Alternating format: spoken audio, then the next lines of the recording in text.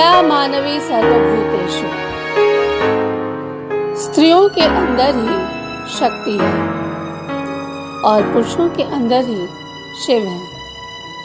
शिव और शक्ति मिलकर ही इस सृष्टि को सुंदर बना सकते हैं। या मानवी सर्वभूतेषु यह नाटक इसी बात को सामने रखता है।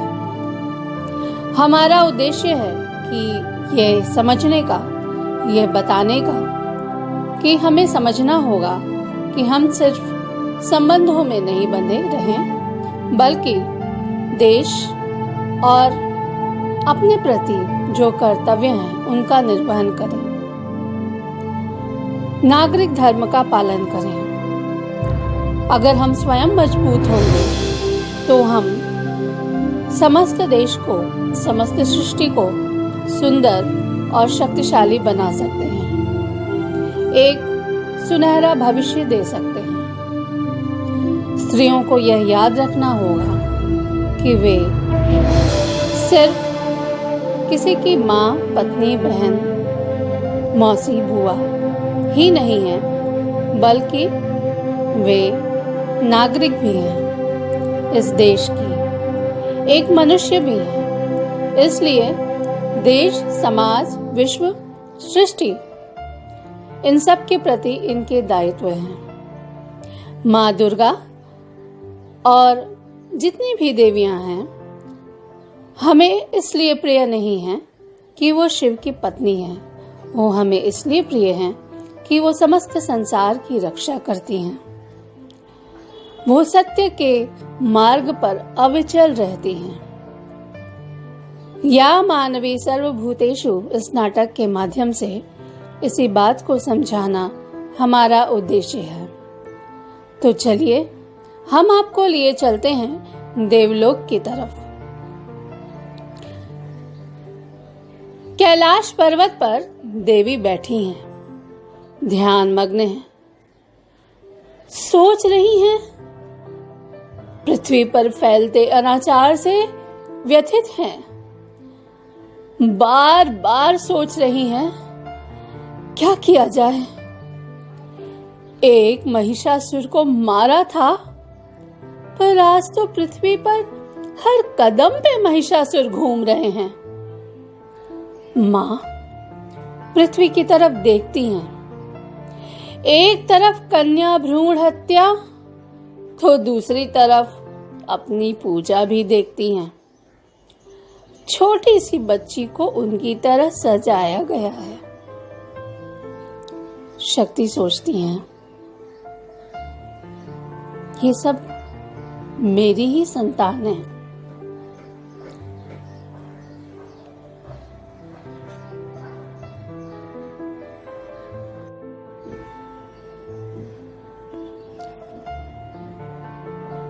शक्ति ध्यान मग्न है, तभी शिव आते हैं। कैलाश पर शक्ति को ध्यान में मग्न देखते हैं और एक और बैठ जाते हैं। इधर शक्ति का ध्यान टूटता है और वो हड़बड़ा जाती है।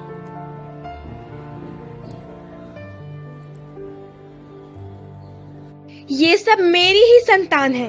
कहते हैं कि बच्चों में ईश्वर है और उसी में स्त्री और पुरुष का भेद खोज लेते हैं। कन्याओं को शक्ति कहते हैं और उसे जन्म नहीं लेने देते। उफ, दुष्टों, छोड़ो उस कन्या को। अरे दुष्कर्मियों, अरे क्यों जला रहे हो उसे? थोड़ी देर पहले कोई समस्या देवी? हाँ, धरती वाले कुछ भी करें, भले ही आपको मेरे चरणों पर बिठा दिखाएं, आप हमारी अर्धांगिनी हैं। आप तो जानते हैं ना कि हम समान हैं, एक दूसरे को सम्मान देते हैं। पर आप देख क्या रही थी?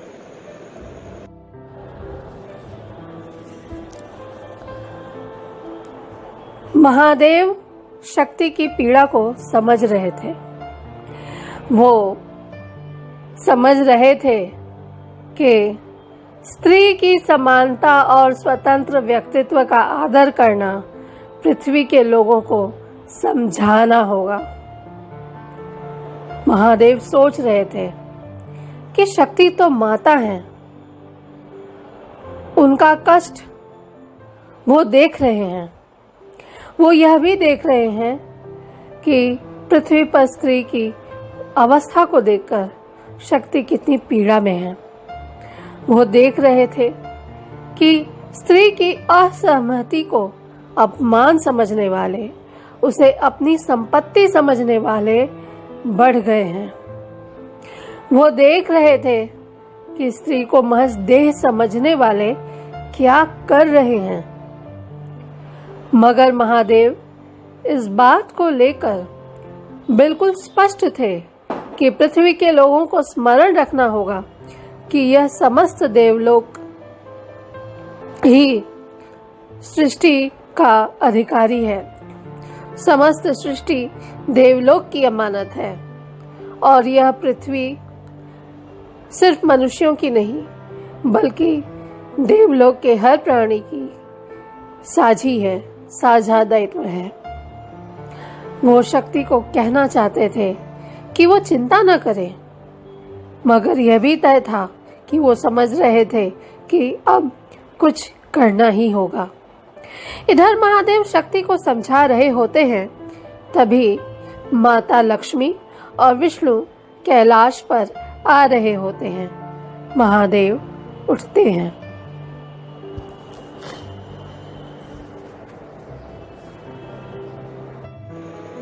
पद्माकर शरण कर लिया होता। नहीं महादेव, क्षीर सागर से उठना भी आवश्यक है और आपकी ही तरह मैं भी देवी लक्ष्मी को अपने चरणों के पास सेवा करते नहीं देखना चाहता। ये किस मूर्ख की परिकल्पना है। मन करता है कि जाकर उसे दंडित किया जाए। यह आज का पुरुष कितनी कुटिलता से स्त्रियों को दबा रहा है, उनको अधिकारों से वंचित कर रहा है और वे बेचारी हम पर कुपित हैं। सही कहा आर्य। लक्ष्मी कहकर बार बार अपमानित करते हैं, घरों में बंद रखते हैं, शिक्षा और कार्य के अधिकारों से वंचित कर रहे हैं। किन किन दूषित हाथों से मेरे धन रूपी प्रसाद को गुजरना होता है और उससे मुझे कितनी पीड़ा होती है, यह तो सिर्फ मैं ही जानती हूँ। इन पुरुषों को कौन समझाए कि लक्ष्मी का अर्थ आत्मनिर्भर होना है, अपने देश और समाज की प्रगति में साझा योगदान करना है। सिर्फ गृहिणी होकर एक ही घर तक सीमित रही और नागरिक धर्म का निर्वहन नहीं किया तो क्या किया। हमने एक दूसरे को महत्व दिया है। मुझे आपसे पूछना नहीं पड़ता, मगर पृथ्वी पर गृह लक्ष्मी कहे जाने वाली स्त्री का शोषण लगातार हो रहा है, और तो और घर के बाहर भी। छी, मुझे तो यह सोचने से ही घृणा हो रही है।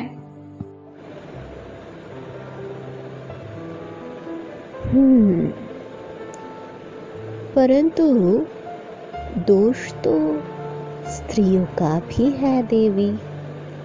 स्त्री के स्वतंत्र अस्तित्व को सम्मान तो स्त्री ही दे सकती है। अगर संबंधों के नाम पर अपराधियों की रक्षा करेगी तो भला वह सुरक्षित कैसे रह सकेगी। और सबसे बड़ी बात यह है कि ऐसा करके उसने अपने नागरिक धर्म का पालन नहीं किया।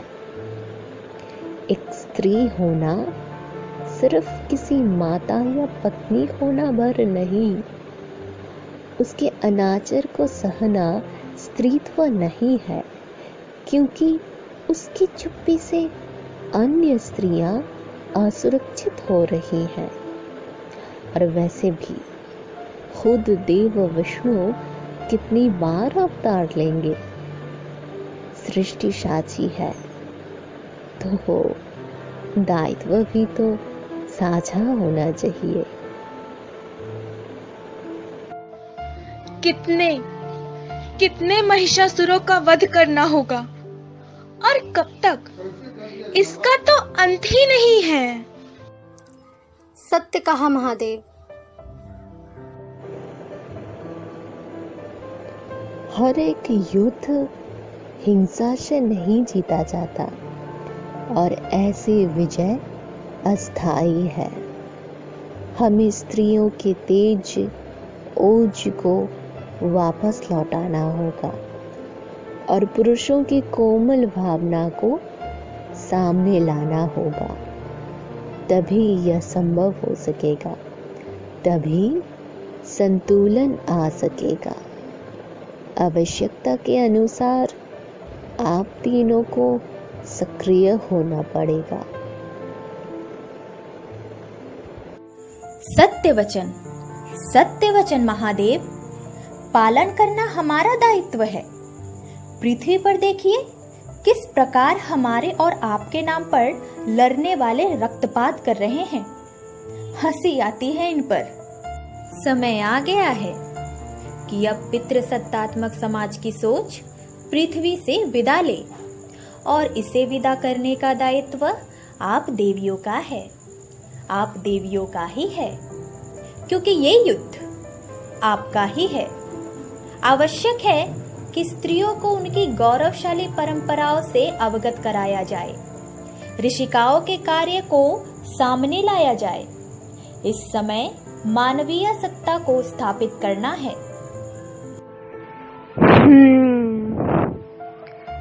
तब तो यह कार्य देवी सरस्वती ही कर सकती है, क्योंकि सृजन ही वह एकमात्र अस्त्र है जो ध्वंस किए बगैर ही पृथ्वी को नया रूप दे सकता है। विद्या, ज्ञान, कला, संस्कृति, यही तो सृष्टि को सुंदर बना सकते हैं। देवी, मैं तो 8 बार पृथ्वी पर जा चुका हूँ। आज के इन ग्रंथों में भी लिखा है, उसका समर्थन मैं नहीं कर सकता। ये सब मनुष्य ने किया है। स्त्री को पहले अपना सम्मान करना सीखना होगा। अपने अधिकारों की रक्षा खुद करनी होगी। मैं आज भी सोचता हूँ, युग बीत गए, मगर आज भी मेरे राम अवतार के लिए मुझे स्पष्टीकरण देना पड़ रहा है। अगर ये प्रश्न सीता ने किए होते, माता कौशल्या ने मुझे रोका होता, या उसकी बहनों ने मुझे रोका होता, तो मुझे सीता के वियोग में जीवन नहीं काटना पड़ता। अगर द्रौपदी के प्रश्नों पर हस्तिनापुर बोलता, तो महाभारत नहीं होते। अधिकारों में जो असंतुलन है, उसे अब ठीक करना होगा। दायित्व तो लेना ही होगा। देवलोक के समानता के नियमों को पितृसत्तात्मक समाज की अवधारणा के पोषकों ने तोड़ा है। सृष्टि के नियमों का उल्लंघन किया है। एक नागरिक के धर्म का पालन करने से रोका है। इनको दंड तो मिलना ही चाहिए। अपने उपनिषदों, ग्रंथों, वेदों, पुराणों में स्त्री चरित्रों को ही मिटा दिया। सप्तऋषियों पर बात करते हैं, मगर इनको ऋषि कन्याएं याद नहीं।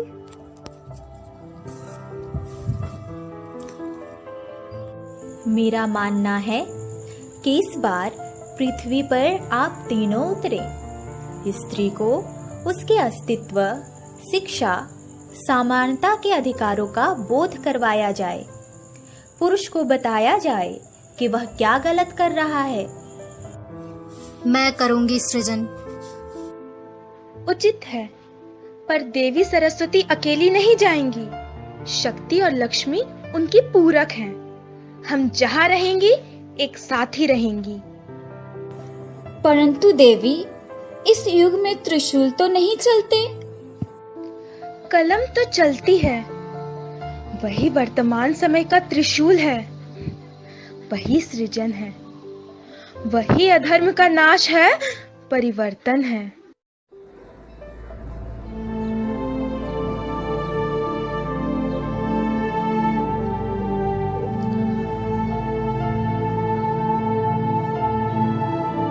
महादेव ने एक ज्योति पुंज प्रकट किया।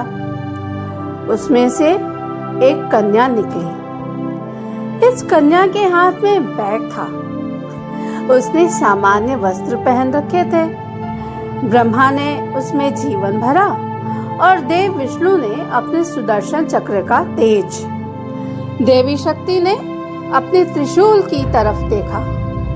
वह लेखनी में बदला और कन्या के हाथ में चला आया। देवी सरस्वती ने उसमें अपनी ममता, ज्ञान, संवेदना, विद्या, कला, संस्कृति सब कुछ भर दिया। गर्व से उस कन्या को देखा, कहा, हमारी पुत्री। देवी लक्ष्मी ने कन्या के शीश पर हाथ रखा और कलम सुनहरे भविष्य से भर उठी। तीनों देवियों ने कहा, हम तीनों समय समय पर आवश्यकता और परिस्थिति के अनुसार तुम में अवतरित होंगी और इस देव कार्य को आगे ले जाएंगे। कन्या अब धरती पर है। अपनी कलम से महिषासुरों का संहार भी कर रही है और सृजन भी कर रही है, उपार्जन भी कर रही है और लोक कल्याण तथा युग प्रवर्तन के कार्य में व्यस्त है। आज भी समस्त देवलोक उसकी सुरक्षा और संरक्षण में तत्पर है और हर एक क्षण में उसके साथ है। कन्या का नाम है मानवी।